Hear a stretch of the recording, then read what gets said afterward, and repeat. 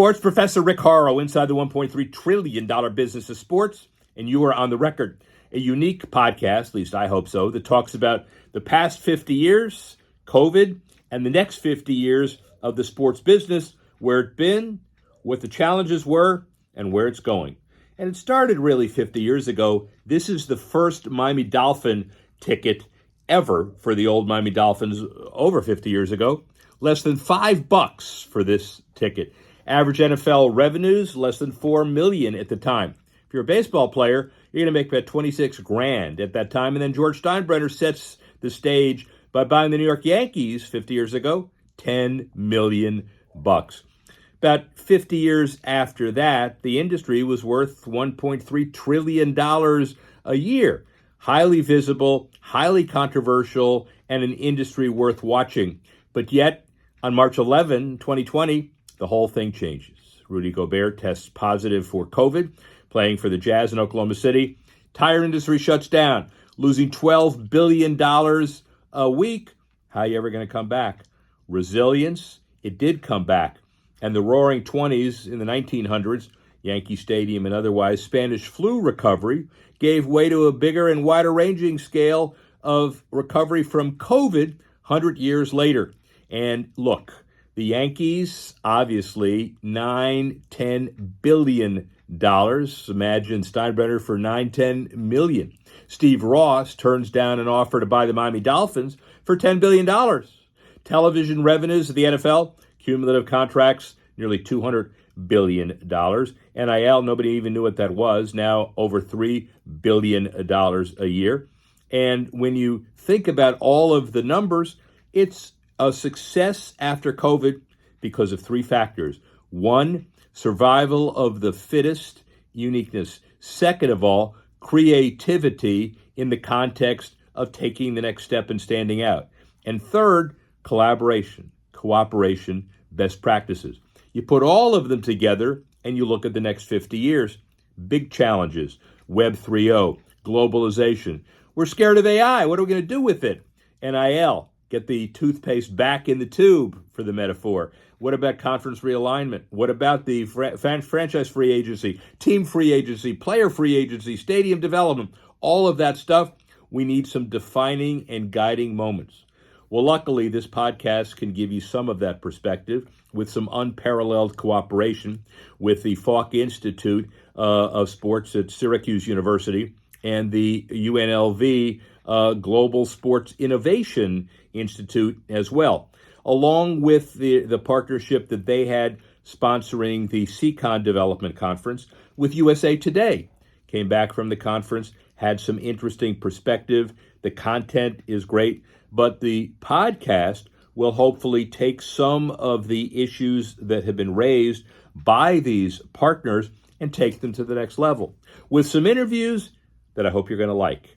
And the bottom line is, hopefully you'll have a good time, and you may even learn something in the process. So sit, don't go anywhere. Every week, we will theme it around major events and a mega interview, and hopefully you'll be entertained and you might even learn something. Sports Professor Rick Horrow, and you're on the record. Sports Professor Rick Horrow, $1.3 trillion business of sports. Jasmine Jordan, a progressive entrepreneurial deal maker. She's the marketplace manager for women's sports marketing at the Jordan brand, obviously Nike subsidiary, Michael Jordan's daughter, but her claim to fame transcends that. She's been instrumental in leveraging the NCAA's NIL program for personal brands. Under her guidance, the Jordan brand signed its first NIL athlete, UCLA basketball player Kiki Rice, and expands the number of female athletes too. Her creative influence as far as the design of the Nike Air Jordan Eris shoe, her education, 1992, born in Chicago, and she holds a degree from Syracuse University, sports management. We caught up with her at the SEICon conference with the Syracuse Sports Innovation Group, as well as the UNLV group at the beginning of July. More of those to come. But Jasmine, obviously, big-time influencer all over Nike and all over women's sports and all over the apparel industry. Here's Jasmine Jordan. Sports Professor Rick Horrow inside the $1.3 trillion business of sports. And we're at the SEICon conference, Sports, Entertainment, Innovation Conference in Vegas. First of many. Profound group of people, international impact on this business, but nobody more profound and nobody more international than Nike, and nobody more important to the future of Nike than Jasmine Jordan. Love that. Should we say the relation? No, you know what? We're going to do you first, and then we may talk about somebody else in your family. Is that all right? That sounds good to me. Good. So she's amazing. Talk a little bit about your role at Nike. Yeah, absolutely. I spent 6 years in sports marketing, advocating for WNBA and NBA athletes, paving the way for our new NIL signees, and now transitioning into our marketplace, understanding our consumer and sales, and making sure the product is in the right hands, and really trying to pave the way for the company going forward. Well, it's an easy street for having you involved as well. The fight for the NIL perspective, and we've talked about this earlier. Yeah. You're in a position, Nike's in a position, to drive the discussion, because not just you, but if Nike says X, the industry is going to listen to X. Right. And so you have the ability to not only talk about NIL and what it's about, but potentially how it's deployed. You see that it's not an obligation, but you see that you have some standing to influence the NIL world in the future? For sure. I think in my opinion, it's one of those things that really can set the tone and going forward and understanding what's to come, while also being able to really navigate the spaces uniquely. And I think that's what I look forward to. I think from the standpoint of NIL and marketing and these athletes having a voice and making sure that they are being branded how they see fit with the right brands is the beauty in it. And I think that's the piece that's going to continue to be highlighted in authentic ways. Let's do the normal, obligatory athletes as role models discussion, but we'll break out of the box. And you have some amazing perspective because there's someone in your family we'll talk about in a second.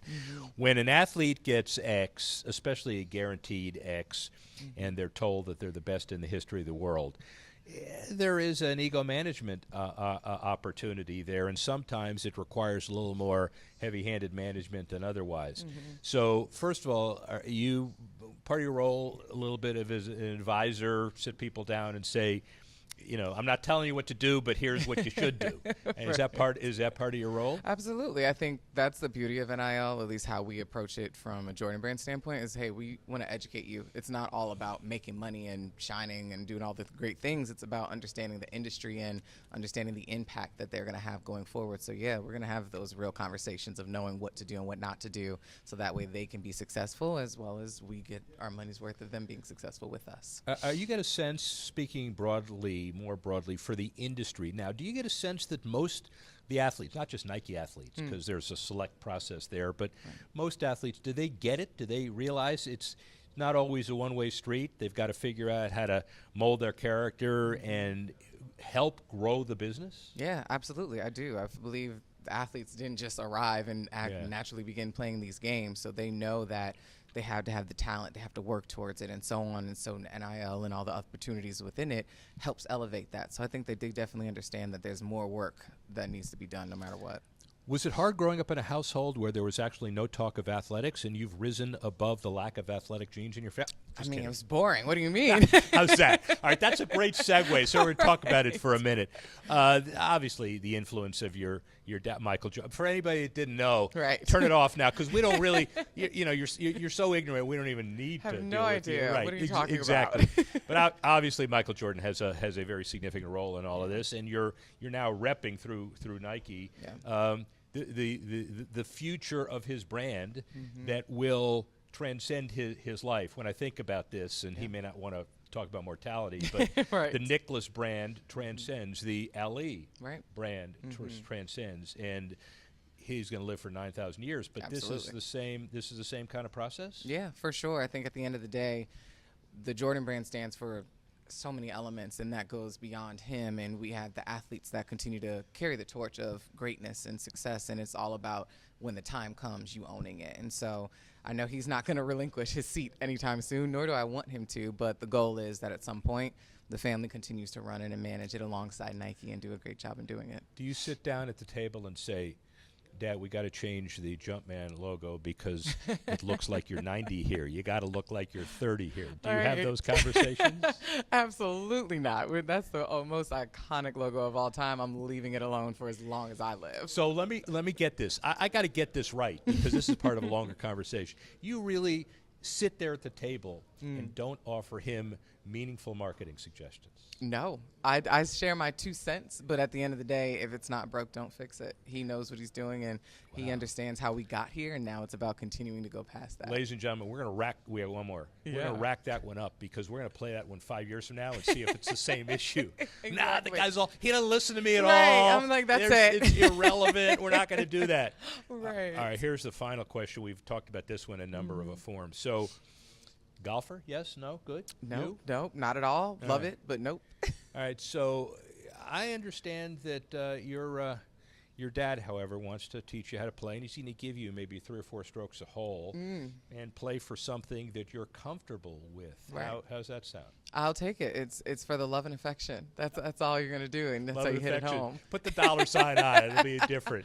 Oh man, Jasmine Jordan, unbelievable. Thank you. Great for your relationship, but great for what you're doing with women's sports, with Nike and everything else. Really Absolutely. appreciate it. Thank you so much. Sports Professor Rick Horrow, speak with you soon. As you know, Jasmine Jordan has an incredible perspective on life for a number of reasons, as does Nike, and as a result, a wonderful pair. Let's, as we usually do, look at the top 5 issues from last week and then the next week. First of all, I think the biggest issue as far as arenas are concerned are the Legends acquisition of ASM Global for $2.3 billion becomes Legends ASM together ultimately. They and the Oakview Group become the 2 largest venue management, venue development firms in the world. The client roster of the companies includes US Bank Stadium, Allegiant, Superdome, Target Center, SoFi, Real Madrid, FC Barcelona, Denver Nuggets and Avalanche and Ball Arena, and others. Obviously, importantly, the relationship was caused by the argument for vertical integration and critical mass. Legends revenue, since they began as a Cowboys-Yankees joint venture, grew 20% year over year, period ending this last March, to $1.7 billion. 67% of it directed from the food and beverage vertical. ASM Global, much of their company, venue management, venue development, a great match. That's number 1. Number 2, Nike and Lego, first blush, don't understand it, teams up for content and experience. The Lego Group conducted a study that said about 59% of parents worry that their kids don't have enough playtime and access to fun activities. And they said also that 3 hours a day is limiting playtime. Lego wants to do something about that. They enlisted the help Nike brand beginning in 2025. They're talking about products, content, experiences, information, and the specifics of the scaling of the partnership are scarce, but yet it looks like a match where both sides see some benefit from it. That's number 2.